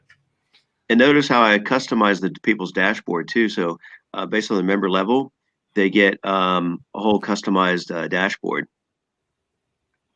Yeah, and I mean that's navigation too, right? You want them to go to topic sets that you want them to do. Because he's a free member as a rising star, so they may not be able to see that small little button that says upgrade listing, but now you don't have to click on it, but that first button would show them all the upgrade options. Second one is, book your podcast. The third one is marketplace, and then our mission. So it's really cool. It takes some time, but every membership's dashboard is a little bit different based on if they're a podcaster, they're going to get directed to book a guest, and if they're a guest, they're going to get directed. But yeah, it's a really cool customization for navigation. So that's a fairly easy one that you guys can avail yourselves of there. The only thing I caution you on doing that is it's caught some people already after doing that. Just realize you now have 2 menus, right? So if you change the FAQ page location, for example, you now have to go change it twice. You have to go change it in both menus because otherwise the other menu is going to be pointing to the wrong item. So, but you cloned it for now. But you're saying if I change the main menu and didn't change the login redirect, that could be a challenge. Yeah. Yeah. So if you change one menu item, just like it happens with memberships, right? You can have unlimited memberships, but if you have 25 memberships and you change something in that affects them all, you have to go into every 25 of those memberships and change the setting, right? If you just decide, you know what, I'm now going to allow images in my reviews. Well, you have to go into all 25 memberships and turn on the images for reviews, Hey, Ryan, while we're on menus here, so I like to build out what I think I might have in the future, and then build behind the pages later on. I tried to speak to BD about the possibility to hide menus, so that let's say you've got here on Rich's member match. Let's say you've got one that he's got available today right now, but you might want to have another 3 or 4 different subcategories there, which are hidden for later on. For you'll bring in the future. You've built the page. You don't want to link it, right? So that is a great question, and one I am going to get to right now by going over BD menu tricks on how to hide menu without deleting. Okay, because I didn't. Toby's like psychic or something. Yeah, how did you? Like you have a crystal ball there. My Swami, I knew exactly what Toby. We're that he's been. We've been contacting each other that much. I was just kidding you. Can you read my mind? I'm going to skip to the end. We'll just go over that one. So hiding a menu without deleting. So what you want to do is add to that outer LI list inline attribute, that one right in the middle. This is what you want to add in there. Style equals quotation display none exclamation point important. So right there on the screen, and go ahead and save that. Let me get out of this real quick. I'm going to go grab that text just so I'll put it in the chat here. And then you guys can use that. And then I'll jump back in here to show you guys how to do that. Okay, so there it is. Let's go ahead and we're already talking about. You guys can still see my screen, right? Yeah. Okay, so we just did that on his directory. Let's say he said you wanted to get rid of the pricing one, right? So we're just going to hide that price. We're going to hide the pricing. We're not going to delete it. We're going to hide the pricing on the logged in member one.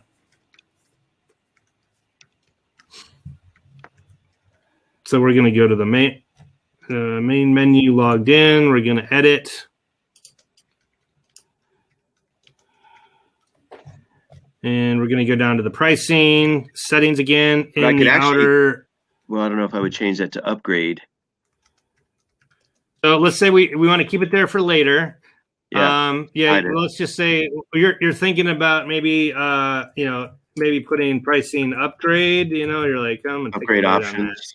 So I'm gonna think about that later, but I don't want it to show. So I'm gonna save that, and then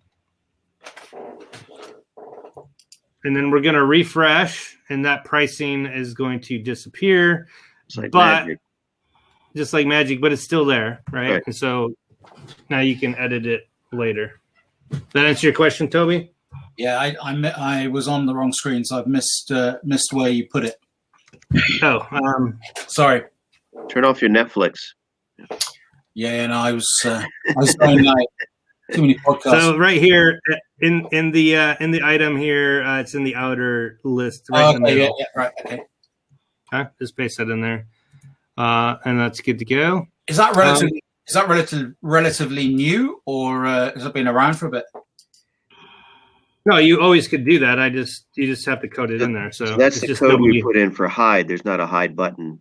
Just put that code in there. Well, actually, that's a great question. I think there actually is. I don't know if this is. What is there anything else you want to get rid of?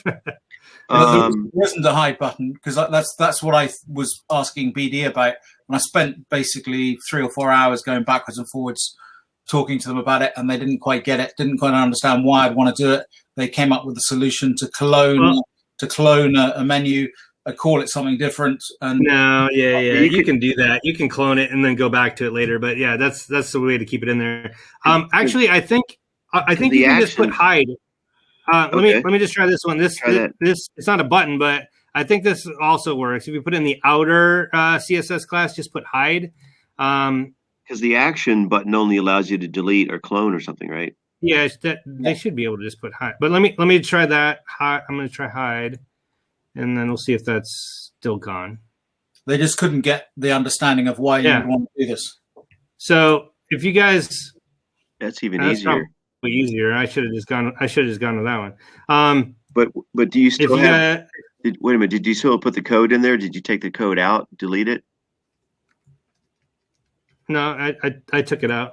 Under pricing. So like I'm gonna do that one. I'm gonna do the mission and purpose for you. Yeah, and you didn't put any code in there. You just typed hide under the outer. Yeah, the outer one. CSS. We'll see if that worked. Yeah. So great. So now we don't have any mission or purpose, man. I feel empty now. There's no mission or purpose anymore. Thanks, let me provide you with a purpose. We've never been sure about it. So that's actually easier. Just do that. It is. That's way cool. And that's always been there, but I forgot about that one. So because where I see an application you were talking about before, we probably don't have time for it now, but you kind of hinted on you can create these menus for different membership levels. So we just did it for logged in or logged out, but I would anticipate an application here for navigation where, based on right now, the Rising Stars are free member, so I'd probably put the pricing on there. But once they're a paid member, like for All Stars, they can upgrade. So I'd put an upgrade button, instead of pricing. And then the final one is Rockstar, which that's our, there's no upgrade from there. So I would create 3 menus, tabs like you did, cloned them, and then I would customize them based on their membership level. So that's a little bit more complicated. So we're not going to do it on the show. But I'm saying we're not going to do it today. You're going to have to make that one. You will have to make multiple versions of the same content in the same menu, and only show one per person. So what it would look like, and again, we won't do it, but it would look like member match. Member match. It'd just be 3 of them in a row, and only that one would show for one person. That one, so there'd be a lot of duplicates in the menu, and it looked really big, but it's only going to show like 1/3 of it, for that particular member. Yeah, is what that would look like. Yeah. I'm not saying we would do it today, but I just, based on what you just described, I can see the application there. Yeah. All right, let me get back to the slides here. Okay, so you can also add icons in there. So here's an example of that, but you can not just the menu. You can actually put the the Fun Awesome code in there, for an actual menu item. And I've got that on mine as an example right here. See how I have the home icon? So you can put icons in there or images or whatever else you want. It does take HTML content. So you can add those items in there as an example. You can do a down arrow, right? So I think Here's one example. I think you have one as well, Rich, like the down arrow just to show that. And so that's a fun, awesome icon as well. You can just put that. From? That there's a font awesome website. They use version 4.7. So let me just pull it up here for you guys. Yeah, because when you were showing on the other website, that was kind of a cool. Instead of trying to, I'll put it in the chat here for you guys. Cool. It's version 4.7, but that is all the icons that are built into the BD. There's 675 of them you can pick from, and so you can just go ahead and search there or find one in the list or whatever. A lot of them obviously are service oriented or like for office type things or accessibility or hands or arrows or general transportation stuff. I didn't even know there was a transgender alternate, but there you go, whatever that is. And then so you can do all that stuff, but it's 675 of these, right? And you can just pick whatever you want. And then there's services down at the bottom. So you can do like, Facebook and Reddit and WordPress, whatever. They have little icons for all the service, a lot of the popular services as well. So that coding, how do you turn those ones into color?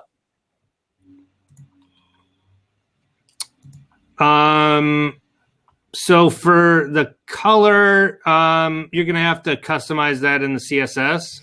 Okay. So what you want to do for that, so let's put that in the chat as well. A lot of code today. There you go. So that's like the .fa search, for example. So let's say it's FA. This is, for example, address book. Let's do that one. If you click on that one to grab that code, you see how it has the code here of FA address book, right? Yeah. You would basically tell using that code, hey, when it has the class FA address book, make it that color. Okay. So whatever that FA whatever is, just replace that search that I have in the code there with address book, and then replace the color with whatever color you want. Okay. Okay. Yep. Thank you. Great question. That's awesome. All right, and then you can also add widgets in there, and so a lot of people don't know that. Let me just go to the website real quick here, and this is right in the menu. Let's say right here, literally, you just paste in a widget code, the short code right there, and you can put whatever you want in the menu and make it a super menu. So a lot of people don't know that. So as you see on my website, you can still see this, right? If you go to, I'm logged in right now, so you won't see this file drop, right, unless you're logged in, but I'm logged in as my admin account. So now I have a file drop on here. I have a widget in my menu, and inside that widget, I have an embedded widget from another service.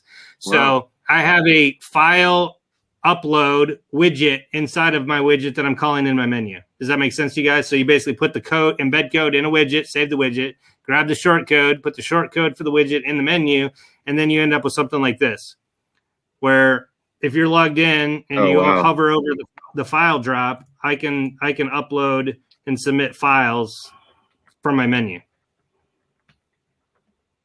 So that's just an example, right? But let's say it was FAQ, right? Where you could have a whole widget with all your FAQs pre-formatted, and it will show up with your FAQ widget, right? So a lot of people just kind of leave it with this. Where does that file drop go? Does that go to your email when they? This is just using a third-party service that has a form service that allows file upload, and I just get the email. Okay. With the file, right? So BD doesn't have that built into it, but I'm just using an external service that allows you to do that. I just put this as an example here just to kind of show you, not only is it just stuff from BD, you can actually like put an entire whatever in here. Yeah, because people could drop photos, or in our cases, MP3 audio files, I guess, in there. Mm-hmm. Yeah, that's cool. So I just want to demo that as a widget, but then again, it could be any widget that you wanted. It could be an image, right? It could just be an image, or a video. It could be a video. So we could, I could demo that one as well, but it's pretty, I think we already kind of went over the widget shortcut thing earlier. Just drop that in the menu and save it, and there it is. And then I know we're running out of time here, so the last thing I just want to go over here is the find out how your audience is actually navigating your website. So not only do you want to set up these funnels, but you want to make sure that people either are using it or that you're setting up funnels for things that are important to people. Or a lot of times you just don't know where they're at. So again, this is another website service. I'm just demoing an example of some insights you can do if you turn these on. This is using one of these heat map softwares, and I've just put it on my website for a day. Just to kind of show you guys what kind of information they can pull. So here's an example. I've got a COVID-19 resources thing on my local directory. And so I can see the heat map of like what people are clicking on or that's important to them. And it just obviously, every time somebody clicks on it, it gets a little bit darker, right? And so I know that those are heavy topics. So an example of this would be maybe I just kind of went local, state, national, international, right? But maybe it's not local and state. Maybe it's just the fact that those are first, right? Yeah. And so let's say I want to focus on providing needs to the community. Maybe I don't put needs over on the left-hand side. Maybe I move needs over to the front and I move local and state over and then see whether state and local still get all the hits, right? And like nobody still clicks on needs or whatever. Then I know that those are nobody cares about these other ones potentially because I've already moved them around and they still don't click on it even when it's at the front. But it kind of shows you guys that it's important where you guys put stuff, right? You don't want to put stuff that's not important, at least in the left to right society here. That's over here. You want to make sure you put your important stuff over on this side. But again, just a general insight. It may not mean much, but again, it's an insight, right, that I can see. Here's an example of the difference between desktop and mobile, right? So on my local website, this is the desktop version. Everybody on the desktop is looking to buy stuff or to go do like where to go for the weekend or something like that, right? They're looking at recreation and shopping. All the other ones are kind of hit or miss. So I think I hit, and again, back to the question, or do they really care about these more than the other ones? Or is it because I have these up front, right? If there's one of these down here that make me more money or a better conversion rate, maybe I put that one up in the top left-hand corner because that one's going to make me more sales. And I put the other ones down here because that has a higher conversion rate for me or I make more money or whatever it is, right? And so maybe it's not that they're interested in doing those two. It just happens to be at the front. So, however, if I look at the same content from the mobile view from the same time period, here's what I get. So you notice that everybody on mobile, even though I had these also at the front, same orientation. In fact, this one, as we talked about earlier, Rich mentioned, these are stacked, right? So these actually would be stacked on top of each other. So they'd actually have to scroll through these other two in order to get to the food and drink. But you notice everybody on mobile is on their phones. The only thing that they care about is finding something to eat or drink because they're on their phone.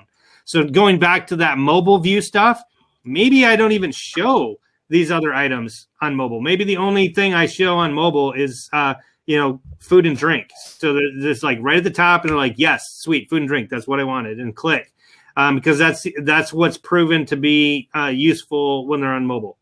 Right. And so you can kind of start designing your navigation or what you have turned on or what you have turned off based on just mobile or desktop. Right. Here's another example. I turned it on for my categories on the site. And so this is actually really interesting because now I can kind of see that, like, you're always wondering, hey, are people clicking to go to the subcategories? They are. You notice all of the clicks are right on the down arrow. The interesting thing I found on this one is nobody is actually clicking on the subcategory. Like, these are all clickable. You can click flowers and gifts or consulting or whatever and see everybody in that category, but everybody is picking the down arrow to go find the subcategories. So they're not even going to the subcategory. So just think about that one too when you guys are designing that one. But you can see that Ironically, even though I'm in a farming community, nobody's actually cares about the farming or agricultural. There's absolutely no finance clicks. Nobody apparently has any animals. Nobody does real estate. And even the home services was really light. But you notice, and again, this may be a COVID thing. Maybe people are looking to buy online, find out where they can actually do fitness stuff now. Maybe they want some healthcare stuff. That's big. And then freelancers, maybe they're looking at being a freelancer, seeing who their competition is for freelancing, or want to find a freelancer that can come to their home to do stuff or whatever, because they're not going to a business anymore. So the time frame, Ryan. Yeah, say it again. What's the time frame on this? I just did this for 2 days, I think. Okay. It's so a lot it's a easier snapshot. A lot easier than Google Analytics or whatever, trying to analyze all that. You can see the visual. Yeah, and so we're going to deep dive on this in another episode here. This just kind of goes in the navigational things, right? Because maybe you totally redo the website. Maybe I look at this and go, you know what? I wanted to cover everything for my local area, but with COVID now, and I'm just gonna, maybe we turn that other stuff on later. I'm just gonna turn off all the rest of the distractions here, and I'm gonna do business services, freelancing, shopping, and health and sports. That's all I'm doing, right? Because nothing else. I'm just wasting my time or effort on doing advertisements for business, putting businesses in these other ones, because there's just not, there's no traction. Nobody's using it, right? So that's the last thing I wanted to talk about today. Again, just kind of talking about navigation and how you're doing it, what people are looking for, or whatever. Hopefully you guys got something out of those stuff, but I just want to kind of throw that out there. And there's obviously tons of services that you can utilize for that. That was awesome. Yeah, that's great, that's a good word. Awesome. Are we back to asking questions? What was that? Are we back to asking questions? Yeah. What do you got? The trouble, it's totally off topic, but I need your help. The person who bought 3 licenses, I'm trying to set them up for admin accounts. I created the first one with his email address. It worked fine. I won't take his email address for the second one. Okay. Let's go over that real quick. Rich, I'm going to use your directory again. Hold on. Sure. And if anybody wants an admin rights to Rich's site, let me know. I'm going to demo. I just wanted to the finance. Exactly. Yeah. Not much there, Big Frank. Inside the settings and admin accounts. So this is where Frank's going. So his question is, and this will be the last one. I'll turn off the recording at least here. You can only add, or there's 2 ways to add admin accounts is what I would say. You're only allowed to have one admin email or primary account one time in the BD ecosphere. So, for example, here's mine. I'll give you half of the thing. You obviously don't have my login, but there you go. There's a login for me for Rich's site, but that I can only have that on one site. And what I normally do is just make up a name. These aren't real emails. It's a login, right, for the actual site. You can add that in there. It doesn't have to be anything. You can add one in there, but then that one's in the system. It's in the BD system. You already have an account, and so there's no way for you to make another admin account somewhere else, because it's basically saying you already have an admin account somewhere in the system. And how you would do that is you create a new admin, right? And then you add a username and email. This is basically creating a new admin in the BD ecosphere. So username would be email and a password, and they now have an account. Once you already have an account for one location, you either need to do one of 2 things. You need to have a new name. So instead of Ryan at podcastersdirectory.com, it could be Ryan2 at podcastersdirectory.com, and you could create an account for that, and then they just have 3 username and password combinations to get into those 3 sites. Now, I don't recommend doing that, because what happens is when you log in as that account and you go to this new, I don't know if you guys noticed, this has a new view my websites over here, but if you click on that, it's only going to have one website, because it's like under that admin account, you have one website.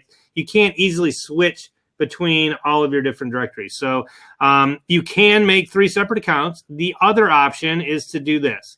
Don't create an admin. You invite an admin via email. And so what you would want to do is on the other site, Frank, Right. grab that email, Right. log into the other site, and then you want to say invite admin via email, and then put that email from the other account that you're inviting to the second account, pick the role, and then send the invite. What's going to happen is they're going to get an email in their at this account.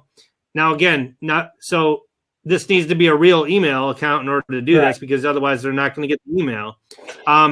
And so do that for the first time. Create an admin account with their real address. I did that. And then invite admin via another email. It doesn't even have to be one that you control. As long as they have that they're using their real email address somewhere else in BD, you can still invite them admin via email to your site. They're going to get an email in their inbox that says you have been invited by John to this directory, and you have to click to claim the invite. It's going to go to a login page, and then you log in with those credentials, with that username and your login information and credentials, and then it will tie those 2 sites together under that one admin account. Beautiful. Thank you so much. Yep. And that's $20. I'll invoice you after the meeting. That's all we have for today, guys. I'm going to go ahead and sign off on the recording, and then we can continue on. Just go ahead. Just a reminder for everybody, if you want to see the replays on these, I do place them on directoryvideos.com. And hopefully I'll see you guys back here next week. Week after. Thanks, Brian.